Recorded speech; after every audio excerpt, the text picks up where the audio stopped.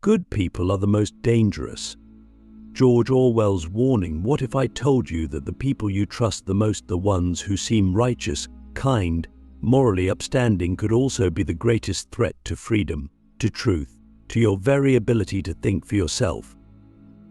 It sounds extreme, even paranoid, but history tells a different story. Some of the most dangerous ideas, the most oppressive regimes, the most destructive movements in history were not led by people who saw themselves as villains. They were led by those who believed they were doing good, and that is precisely what makes them so dangerous. George Orwell understood this better than anyone. His warnings were not just about dictators or totalitarian states, they were about the psychology of control, the way well-intentioned people can become agents of oppression without even realizing it. The road to tyranny is not paved by those who seek evil, it is paved by those who believe they are enforcing justice. It is built by people who think they are protecting society, ensuring order, eliminating dangerous ideas. And that is why Orwell's warning is more relevant today than ever. Think about it. When we imagine oppression, we often picture brute force armies, secret police, authoritarian rulers. But in reality, control is far more insidious. It doesn't come from an obvious enemy. It comes from within. It comes from neighbors, from colleagues, from friends, from people who tell themselves they are on the right side of history. They enforce conformity, not with guns, but with shame. They silence dissent, not with violence, but with social pressure. They justify censorship, not as suppression, but as protection. And because they see themselves as good, they never stop to question whether what they are doing is right. This is how Orwell's nightmare unfolds, not through force, but through collective agreement, through a society that willingly polices itself, that turns on those who refuse to conform, that believes it is stamping out evil when, in reality, it is suffocating truth. Orwell warned us of a world where people accept control because they believe it is for their own good, a world where language is manipulated to reshape reality, where questioning authority is labeled as dangerous, where those who think differently are not debated but destroyed. Click subscribe to this channel to get more topics you love. And the terrifying part, this doesn't just happen in dictatorships. It happens everywhere. It happens in schools, in workplaces, in social circles. It happens on the internet, where algorithms decide what is acceptable, where outrage dictates truth, where people are afraid to speak their minds because they know the cost of saying the wrong thing. And what makes this so dangerous is that it is all done in the name of goodness, in the name of safety, in the name of justice, in the name of protecting the world from harmful ideas. But who decides what is harmful? Who decides what must be erased? And what happens when those in power get it wrong? That is the question Orwell forces us to ask. Not just who is in control, but why do we allow it? Why do we participate? Why do we silence ourselves before anyone else even has to? Orwell understood that the most effective form of control is not external, it is internal. It is when people learn to censor their own thoughts, to avoid dangerous ideas, to conform not because they are forced to, but because they are afraid not to. And that is why the most dangerous people are not those who openly seek power, but those who believe they are doing the right thing. Because they will never question themselves. They will never doubt their own righteousness. And they will never stop because they believe they are saving the world. So ask yourself this: have you ever held back your thoughts because you feared the consequences? Have you ever watched someone be silenced and told yourself it was justified? Have you ever felt the weight of invisible rules shaping what you can and cannot say and accepted it as normal? If so, then Orwell's warning is not about some distant dystopia. It is about now. It is about us. And if we don't recognize this pattern, if we don't see how easily goodness can become a weapon, then we will wake up one day in a world where truth is no longer decided by reason, but by force. And by then, it will be too late. The tyranny of virtue, how righteousness becomes oppression, the most terrifying form of control, is not the kind imposed by dictators or enforced by laws. It is the kind that comes disguised as virtue. We imagine tyranny as something external, something imposed upon a helpless population by a malevolent ruler. But Orwell understood something far more disturbing. The most effective systems of control are built not through force, but through the willing participation of the people. And the most dangerous participants are not the ones who seek power for its own sake, but the ones who believe they are protecting society from harm. This is the great paradox of human history. The worst atrocities, the most oppressive systems, the darkest moments of civilization were not carried out by people who saw themselves as villains. They were carried out by those who believed they were on the right side of history. They were justified in their actions. They believed they were doing good. And that is precisely why they never stopped to question the destruction they caused. When a person is motivated by greed or power, their actions are at least transparent. They know what they are doing is selfish. But when a person believes they are enforcing justice, they will justify anything. They will silence, punish, and even destroy those who oppose them, all while believing they are making the world a better place. This is how entire societies turn on themselves. It does not happen overnight. It happens slowly, subtly, in the name of progress, in the name of safety, in the name of eliminating dangerous ideas. It begins with well-intentioned people trying to fix what they see as a broken world. But over time, something shifts. The goal is no longer just to improve society, it is to cleanse it of anything that does not fit the accepted narrative. And that is when the real danger begins. Because when people convince themselves that their worldview is the only correct one, they stop listening, they stop debating, they stop questioning, and they start enforcing. Orwell warned us about this not just in 1984, but in Animal Farm, where the revolution that was meant to bring equality slowly transforms into a nightmare of control. The pigs, who start as liberators, become oppressors. But the most chilling part is how easily the other animals accept it.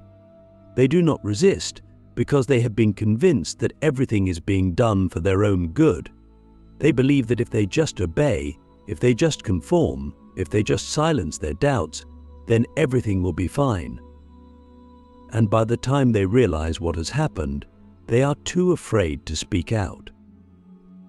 This is not just fiction. This is how real-world oppression works. It does not arrive with a dictator marching through the streets. It arrives through small, reasonable restrictions, through the gradual narrowing of acceptable speech, through the demonization of those who think differently. It arrives through the rewriting of history, through the redefinition of words, through the quiet but relentless pressure to conform. And the most terrifying part, most people welcome it. They tell themselves it is necessary. They tell themselves it is progress. They tell themselves that those who resist must be dangerous, must be wrong, must be stopped. And so they participate. They report their neighbors. They shame their friends. They become enforcers of the very system that will eventually consume them. But here is the truth. Orwell wanted us to see no one is immune to this. No ideology, no movement, no belief system is exempt from the temptation of control. But the moment a group believes it has the absolute moral high ground, the moment it stops tolerating dissent, the moment it seeks to silence rather than persuade, it has already begun to resemble the very forces it claims to oppose. And this is why good people can be the most dangerous, because they do not see themselves as oppressors. They see themselves as heroes. And a person who believes they are saving the world will justify anything. So ask yourself this: have you ever felt pressure to agree with something, not because you truly believed it, but because you feared the consequences of disagreement? Have you ever watched someone be punished for their opinions and reassured yourself that they deserved it? Have you ever felt the weight of invisible rules dictating what can and cannot be said, and told yourself it was necessary for the greater good? If so, then you are already living in the world Orwell warned us about. And the only way to resist it is to see it for what it is. To recognize that true freedom is not just about laws and governments, it is about the ability to think for yourself, to question, to challenge, to refuse to participate in the silencing of others. Because once a society decides that certain ideas, certain people, certain voices must be erased, it is only a matter of time before it turns on itself. And by then, it will be too late. The death of truth when goodness becomes more important than reality. The most dangerous moment in any society is when truth becomes secondary to righteousness. When people stop asking, "Is this true?" and instead ask, "Does this align with what is considered good?" That is the moment when reality itself begins to dissolve, when facts are no longer determined by evidence, but by ideology, when history is rewritten to serve a narrative, when words are redefined to fit the needs of those in power. Orwell did not just warn us about oppression, he warned us about the corruption of truth, the slow, systematic dismantling of objective reality in favor of a version of the world that serves those who control the narrative. And this is where good people become the most dangerous, because they are not interested in truth, they are interested in being right. They are interested in enforcing a vision of the world that aligns with their sense of morality, even if it means ignoring facts, distorting history, silencing those who disagree. And the most terrifying part, they do it with the absolute conviction that they are doing the right thing, that they are protecting society, that they are eliminating dangerous ideas. But what happens when truth itself becomes dangerous? What happens when simply questioning the established narrative is treated as an act of rebellion? What happens when people are afraid to speak, not because they are wrong, but because they know that even asking the wrong questions will bring consequences?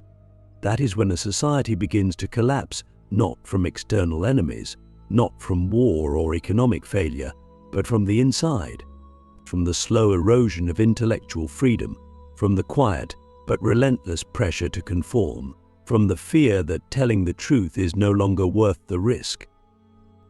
Orwell understood that the most powerful weapon of tyranny is not violence, it is control over reality itself. It is the ability to decide what is true and what is false, not based on evidence, but based on what serves those in power. And once a society accepts this, once people begin to believe that truth is whatever authority says it is, then there is no limit to what can be justified. History can be rewritten overnight. Words can change their meaning from one day to the next. People can be erased, not just physically, but intellectually, stripped of their voices, their identities, their existence, simply because they no longer fit the approved version of reality. And the worst part? Most people will go along with it, not because they are evil, not because they are stupid, but because they are afraid, because they see what happens to those who refuse to conform, because they do not want to be the next target, and so they convince themselves that it is easier, safer to stay silent, to accept the new reality, to forget what they once knew to be true. And once that happens, once people lose the ability to think for themselves, to trust their own judgment, to question what they are told, then the battle is already lost. Because a society that no longer values truth is a society that can be controlled indefinitely. So ask yourself this: have you ever doubted something but kept silent because you knew questioning it would bring consequences? Have you ever watched the meaning of words change in real time and told yourself it was just progress? Have you ever noticed history being rewritten and felt powerless to stop it? If so, then you are already witnessing the death of truth. And the only way to fight it is to refuse to participate in the lie, to speak even when it is dangerous, to question even when it is unpopular. Because once truth is gone, once reality is rewritten, once people accept that what is good matters more than what is real, then there is nothing left to protect us. And by the time we realize what we have lost, it will already be too late. Escaping the thought prison, how to reclaim your mind before it's too late, the most terrifying form of control, is not the kind that changes your body, it's the kind that changes your mind. Orwell understood this better than anyone. He warned us that the final stage of oppression is not when people are forced to obey, but when they willingly police their own thoughts. When fear and conformity become so deep-rooted that people no longer need to be silenced, they silence themselves. When the truth is not just forbidden, but forgotten. When freedom is not just restricted, but no longer even imagined. That is the ultimate goal of every system of control, not to imprison you physically, but to make you incapable of even thinking in a way that challenges authority. And this is precisely why good people are the most dangerous. Because they believe they are protecting society, they do not see themselves as enforcers of control. They believe they are eliminating dangerous thoughts, preventing harm, ensuring that only the right ideas survive. But what they fail to realize is that the moment you declare certain thoughts unacceptable, you create a world where no one is free to think at all. Today's enforcers of morality become tomorrow's prisoners of the very system they helped build. Because once you normalize the suppression of thought, once you create a culture where people are afraid to question, afraid to speak, afraid to even think differently, you have built a prison that no one can escape. The question is, how do we resist this? How do we reclaim our minds before it's too late? The first and most important step is to recognize the invisible chains, to see the ways in which we have been conditioned to accept limits on our thoughts, to recognize when we are censoring ourselves out of fear, to notice when we are agreeing with something not because we truly believe it, but because we are afraid of the consequences of disagreement. The second step is even harder. We must be willing to think dangerously. We must be willing to ask questions that make people uncomfortable, to challenge ideas that are considered unquestionable, to refuse to go along with things simply because everyone else does. But most importantly, we must be willing to defend the right of others to think differently, even when we disagree with them, even when we find their ideas offensive, even when we believe they are wrong. Because the moment we accept that certain thoughts must be eliminated, that certain voices must be silenced, that certain questions must never be asked, we have already lost. We have already become part of the machine. So ask yourself this: when was the last time you held back a thought because you feared the consequences? When was the last time you watched someone be punished for their words and told yourself they deserved it? When was the last time you felt the pressure to conform, to agree, to obey, not because you truly believed, but because it was safer? If you recognize these moments in your own life, then you are already inside the thought prison. The only question left is, will you escape? Or will you accept your chains? Because here is Orwell's final warning, the most chilling truth of all: the people who build the prison will one day find themselves locked inside it. And by the time they realize what they have done, it will be too late to escape.